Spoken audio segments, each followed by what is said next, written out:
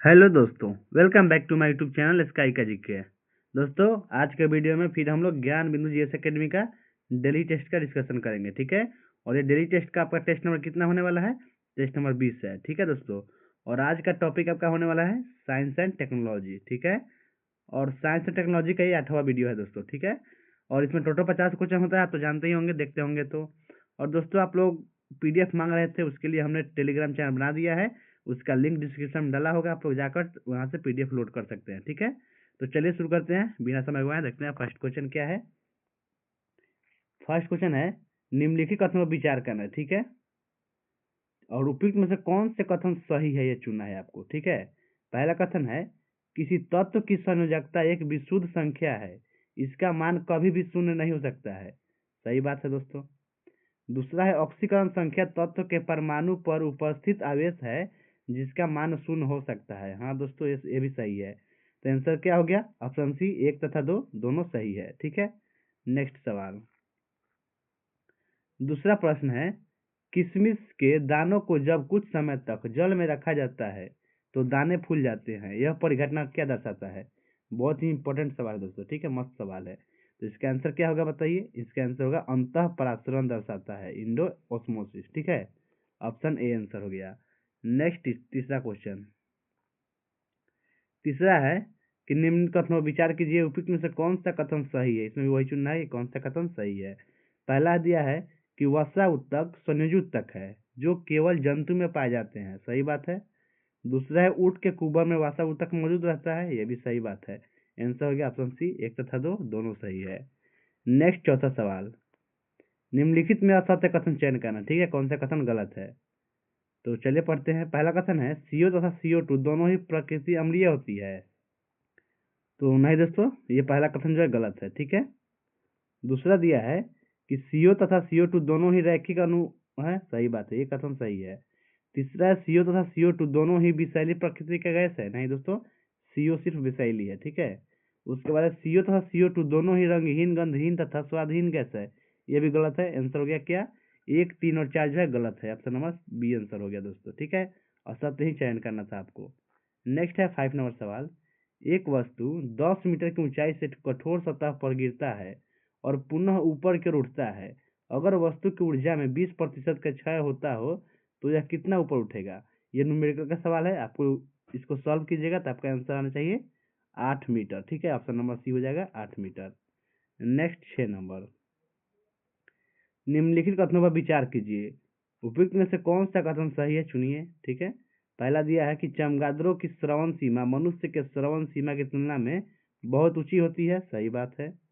दूसरा है, चमगादड़ पराश्रव्य तरंग उत्पन्न भी कर सकता है और सुन भी सकता है। हाँ दोस्तों, ये भी सही बात है। आंसर इसका ऑप्शन सी हो गया, 1 तथा 2 दोनों सही है। नेक्स्ट 7 नंबर सवाल। 7 नंबर सवाल है कि किस इलेक्ट्रॉन के चक्रण क्वांटम संख्या का मान +1/2 होता है। बहुत ही अच्छा सवाल है। तो बताइए इसका आंसर क्या होगा? तो आंसर हो जाएगा, इसमें से सबका जो है आपका चक्रण क्वांटम संख्या है 1/2 होता है प्लस में, ठीक है। तो क्या है? एस सबसेल का पहला इलेक्ट्रॉन, पी का प्रथम 3 इलेक्ट्रॉन सबसेल और डी सबसेल के प्रथम 5 इलेक्ट्रॉन, तीनों का जो होगा +1/2 होगा। नेक्स्ट है 8 नंबर। निम्नलिखित किस वर्ग के पौधों में शरीर जड़ तना और पत्तियों में विभाजित रहता है परंतु उसमें बीज नहीं होते हैं दोस्तों? तो इसका आंसर हो जाएगा टेरिडोफाइटा में, ठीक है। ऑप्शन नंबर सी हो जाएगा टेरिडोफाइटा।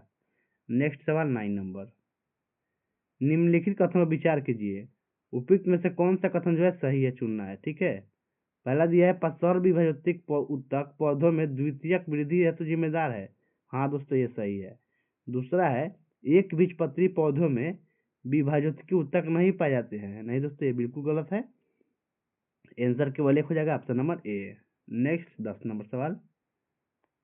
किसी तत्व के सभी समस्थानिकों में निम्न में से कौन सा गुण नहीं पाया जाता है, बताइए। तो आंसर हो जाएगा ऑप्शन सी हो जाएगा, न्यूट्रॉन की संख्या समान नहीं होता है, ठीक है। समस्थानिक में आपका प्रोटॉन की संख्या समान होता है, ठीक है।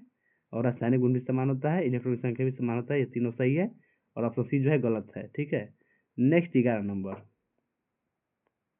नीचे दिए गए कथनों में सत्य कथन का चयन कीजिए, ठीक है। पहला कथन है कि पौधों में अंग तथा अंग तंत्रों का अभाव होता है। सही बात है। दूसरा है हाइड्रोजन ज्वलनशील गैस है परंतु ऑक्सीजन ज्वलनशील गैस नहीं है, ये भी सही बात है। और तीसरा है विद्युत धारा का प्रवाह केवल इलेक्ट्रॉन द्वारा ही संभव है, नहीं दोस्तों, ये कथन गलत है आपका। तो आंसर आपको ऑप्शन ए हो जाएगा, एक तथा दो दोनों कथन जो है सही है। ठीक है, नेक्स्ट 12 नंबर सवाल, न्यूटन के तृतीय गति के नियमानुसार क्रिया तथा प्रतिक्रिया बल क्या होगा आंसर सुनिए। तो हमेशा भिन्न भिन्न वस्तु पर आरोपित होते हैं, सही बात है। उसका परिणाम हमेशा समान रहता है, सही बात है। उसकी दिशा एक दूसरे के विपरीत होता है, ये भी सही बात है। तो आंसर ऑप्शन डी हो गया इनमें से सभी। ठीक है, नेक्स्ट है, एक उत्तल लेंस की फोकस दूरी 25 सेंटीमीटर है, तो लेंस की शक्ति का मान पूछ रहा है दोस्तों। तो इसको सॉल्व कीजिएगा तो आपको आंसर क्या आएगा, आपको 4 डायोप्टर आ जाएगा। ठीक है, 25 सेंटीमीटर है, तो इसका फॉर्मूला होता है P बराबर 1/f। ठीक है, तो 1/f करेंगे तो 1/f का मान आपका 25 दिया है, सेंटीमीटर है, जिसको मीटर में बदलेंगे तो ऊपर 100 जाएगा ना, इसीलिए 25 से होगा 100, 4 से कट गया दोस्तों, तो 4 डायोप्टर आंसर आ गया। ठीक है, नेक्स्ट 14 नंबर क्वेश्चन, निम्नलिखित में कौन सा रोग संक्रमित जल तथा भोजन के सेवन करने से नहीं फैलता है। तो इसका आंसर ऑप्शन डी हो जाएगा, रेबीज जो है वायरस से फैलता है, कुत्ता काटने से। ठीक है, बाकी आपका टाइफाइड हो गया, हेपेटाइटिस हो गया, पोलियो, ये सभी जो है दोस्तों आपका संक्रमित जल व भोजन करने से फैलता है। ठीक है, नेक्स्ट है, निम्नलिखित में कौन सा युग्म सुमिलित नहीं है बताना है। ठीक है, पहला है एलपीजी में प्रोपेन ब्यूटेन तथा आइसोब्यूटेन होता है, सही बात है। दूसरा दिया है कि पेट्रोल में C6 से लेकर C8 के संतृप्त हाइड्रोकार्बन होते हैं, सही है। किरोसिन का C11 से C15 के संतृप्त हाइड्रोकार्बन, ये भी सही है। और चौथा दिया है ऑप्शन कि CNG C15 C18 के संतृप्त हाइड्रोकार्बन, ये गलत है। ठीक है, यही इसका आंसर हो जाएगा ऑप्शन डी जो गलत है दोस्तों। ठीक है, नेक्स्ट आपका 16 नंबर सवाल, 1 बिलियन में जल के 370 ग्राम में शक्कर के 30 ग्राम घुले हुए हैं, इस बिलियन की सांद्रता कितना होगा दोस्तों। तो इसका आंसर आपको क्या आएगा, तो दोस्तों बिलियन की सांद्रता का फॉर्मूला होता है बिले की मात्रा बटे पूरा बिलियन की मात्रा। तो पूरा बिलियन कितना जाएगा, 370 प्लस 30, यानी कि बिले की मात्रा 30 हो गया, और पूरा बिलियन 370 प्लस 30 करेंगे तो 400 हो गया, इंटू 100, यही फॉर्मूला लगाएंगे। तो दो जो कट गया, 430 काटेंगे तो 7.5% आंसर आ गया, ऑप्शन नंबर बी आंसर हो जाएगा दोस्तों। ठीक है, नेक्स्ट है 17 नंबर, मेंडल के स्वतंत्र विन्यास का नियम किस प्रयोग पर आधारित है। बहुत अच्छा सवाल है, आंसर हो जाएगा डी हाइब्रिड क्रॉस पर। ठीक है, ऑप्शन नंबर बी हो जाएगा दोस्तों। नेक्स्ट सवाल 18 नंबर, कोई वस्तु विराम की स्थिति से 0.5 मीटर प्रति सेकेंड स्क्वायर के एक समान त्वरण के साथ चलती है, 250 मीटर चलने के बाद उसका वेग कितना होगा बताना है दोस्तों। तो इसका आंसर क्या आएगा, सॉल्व कीजिएगा तो आपको ऑप्शन डी आना चाहिए, यानी कि 15.8 मीटर प्रति सेकेंड आना चाहिए। नेक्स्ट सवाल 19 नंबर, किसी चालक का प्रतिरोध R है तथा चालक के सिरों के बीच विभवांतर भी है, चालक में अगर धारा I प्रवाहित हो रही है तो निम्न में से कौन सा संबंध सही है। तो इसका आंसर तो सभी हो जाएगा। ठीक है, ऑप्शन नंबर डी हो जाएगा, V बराबर आई आर भी सही है, R बराबर V बटे आई भी सही है, और I बराबर V बटे आर भी सही है। ठीक है, इसी को तोड़कर सभी ऑप्शन दिया है, तो सभी आंसर सही हो गया इसका, ये दोस्तों ओम का नियम है। ठीक है, नेक्स्ट सवाल 20 नंबर, भौतिकी अनुसंधान अनुप्रयोगशाला कहाँ है दोस्तों, बहुत ही अच्छा सवाल है, याद रखिएगा, हर एक एग्जाम में ये क्वेश्चन आते रहता है। भौतिकी अनुसंधान प्रयोगशाला ये कहाँ स्थित है, आपके अहमदाबाद में है, ऑप्शन नंबर ए हो गया। नेक्स्ट है, निम्नलिखित कथनों पर विचार कीजिए, उपयुक्त में कौन से कथन सही है चुनना है। ठीक है, पहला दिया है कि पेप्सिन एक प्रोटीन पाचक एंजाइम है, सही बात है। दूसरा दिया है कि पेप्सिन एंजाइम अम्लीय तथा क्षारीय दोनों ही माध्यम में प्रोटीन का पाचन कर सकता है, नहीं कर सकता है, तो आंसर हो गया केवल एक सही है, ऑप्शन नंबर ए हो गया। नेक्स्ट सवाल 22 नंबर, श्वसन के दौरान पाइरुवेट अम्ल का पूर्ण ऑक्सीकरण कोशिका के किस भाग में संपन्न होता है बताइए, तो आंसर हो जाएगा माइटोकॉन्ड्रिया में, ऑप्शन नंबर बी हो गया माइटोकॉन्ड्रिया। ठीक है, नेक्स्ट है, निम्नलिखित में कौन सा एक सही नहीं है चुनना है दोस्तों।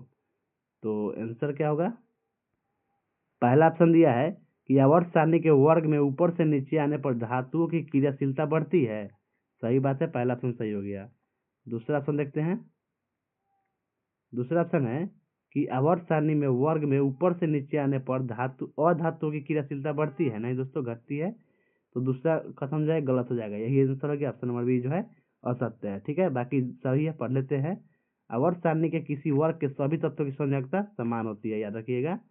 और अगला है कि आवर्त सारणी के किसी वर्ग में ऊपर से नीचे आने पर परमाणु का आकार जो है बढ़ता जाता है दोस्तों, ये भी ध्यान रखिए। ठीक है, नेक्स्ट सवाल 24 नंबर, निम्नलिखित में कौन सा कथन सही है, चुनना है। चलिए चुनिएगा। ठीक है, पहला दिया है कि सामान्य ताप एवं दाब पर पारद धातु द्रव अवस्था में पाए जाते हैं, सही बात है। दूसरा है गैलियम धातु अपने निम्न द्रव्यमान के कारण ही हाथ पर लेने से पिघल जाता है, ये भी सही है। और तीसरा है सीजियम कमरे के ताप पर द्रव अवस्था में पाया जाता है, हाँ दोस्तों ये भी सही है। तो आंसर ऑप्शन डी हो गया, इनमें से सभी कथन सही है। नेक्स्ट 25 नंबर सवाल, अवतल दर्पण के वक्रता केंद्र की दिशा में आपतित प्रकाश की किरणें परिवर्तन के बाद क्या होता है बताइए। तो परिवर्तन के बाद प्रकाश किरणें समान पथ पर लौट जाती है, ऑप्शन नंबर सी आंसर हो जाएगा। नेक्स्ट है शीतलन की दर किस पर निर्भर करता है, बताइए आंसर। तो ये हो जाएगा दोस्तों सब पर निर्भर करेगा। ठीक है, ऑप्शन नंबर डी हो जाएगा। क्या क्या है, बॉडी और उसके आसपास की चीजों के बीच तापमान में अंतर पर, विकिरणकारी सतह के क्षेत्रफल पर, विकिरणकारी सतह के प्रकृति पर। ठीक है, सब पर निर्भर करता है। नेक्स्ट सवाल है कि धातु की बनी एक ठोस गेंद में एक कोटर है, गेंद को गर्म करने पर कोटर का आयतन क्या होगा दोस्तों। तो ये जो है कोटर का आयतन बढ़ता है, ऑप्शन नंबर ए हो जाएगा, बढ़ता है। नेक्स्ट सवाल, मेथेन गैस के संबंध में निम्न कथनों पर विचार करें और सही कथन चुनें। ठीक है, सही कथन चुनना है। पहला है कि इसे मार्स गैस कहते हैं, सही बात है। दूसरा है हवा के साथ यह विस्फोटक मिश्रण बनाता है, ये भी सही है। तीसरा है प्राकृतिक गैस, बायोगैस, गोबर गैस का मुख्य अवयव मीथेन गैस ही है, ये भी सही है दोस्तों। चौथा है यह हवा में प्रकाश युक्त ज्वाला के साथ जलता है, नहीं दोस्तों ये गलत है। आंसर हो गया ऑप्शन ए, 1, 2 और 3 सही है। नेक्स्ट 29, इसमें हमें आपको चुनना है कि कौन सा विकल्प सुमिलित नहीं है। ठीक है, गलत सुमिलित कौन सा है ये चुनना है। जंतु और उत्सर्जनीय उत्पाद है। ठीक है, तो पहला ऑप्शन दिया है मछली में अमोनिया होता है, सही बात है। मानव का उत्सर्जनीय उत्पाद यूरिया, सही है। पक्षी का यूरिक अम्ल, ये भी सही है। सरीसृप का ऑर्निथिन, नहीं दोस्तों यही गलत है, ऑप्शन डी ही आंसर हो जाएगा जो सुमिलित नहीं है। ठीक है, नेक्स्ट है 30 नंबर सवाल, 12 पास्कल का दाब उत्पन्न करने के लिए 1 सेंटीमीटर स्क्वायर क्षेत्रफल पर कितना बल आरोपित करना होगा। तो दोस्तों इसको सॉल्व कीजिएगा तो आपको आंसर क्या आ जाएगा, ऑप्शन नंबर ए आ जाएगा। ठीक है, 12 गुणा 10 के पावर 4 न्यूटन आएगा। ठीक है, आपको प्रेशर दाब बराबर क्या होता है, बल बटा क्षेत्र होता है, उसी से बन जाएगा दोस्तों। ठीक है, नेक्स्ट है 31 नंबर सवाल कि अब तक ज्ञात कार्बनिक यौगिकों में 25% कार्बनिक यौगिक किस प्रकार के हैं। तो आंसर हो जाएगा आपके एरोमेटिक है, ऑप्शन नंबर बी होगा। नेक्स्ट है 32,